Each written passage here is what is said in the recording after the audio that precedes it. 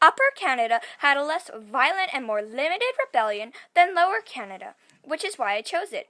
People like William Lyon Mackenzie, Sir Francis Bond Head, Samuel Lount, Peter Matthews, and Colin Samuel Jarvis were no less serious in their demands for democratic reform and to the end to a rule of privileged oligarchy.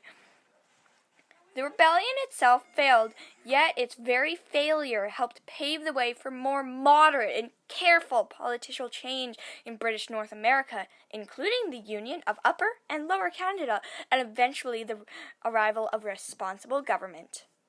Late Loyalists were American-born settlers who migrated to Canada prior to the War of 1812. Settlers of American origin were denied political rights, had illegible land grants, suffered a series of crop failures, and were subject to harsh debt collection laws.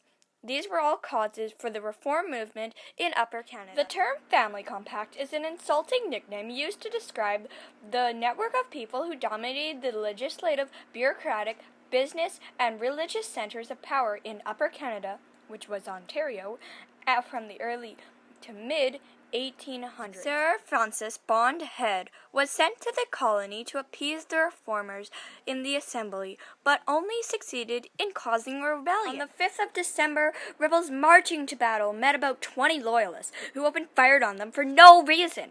As the front ranks of the rebels dropped to the ground, the forces behind them thought them dead and ran like morons. The ones who had dropped to the ground were actually just adjusting for a better firing position. On the 8th of December, Loyalists came back to be jerks and attacked the tavern where the rebels were just probably playing cards and killed and wounded most of them. What jerks! These Loyalists were under the command of Colin Samuel Jarvis. The Act of Union was passed in 1840 and the United Province of Canada began to work in 1841. The details of responsible government were gradually worked out between 1841 and 1848.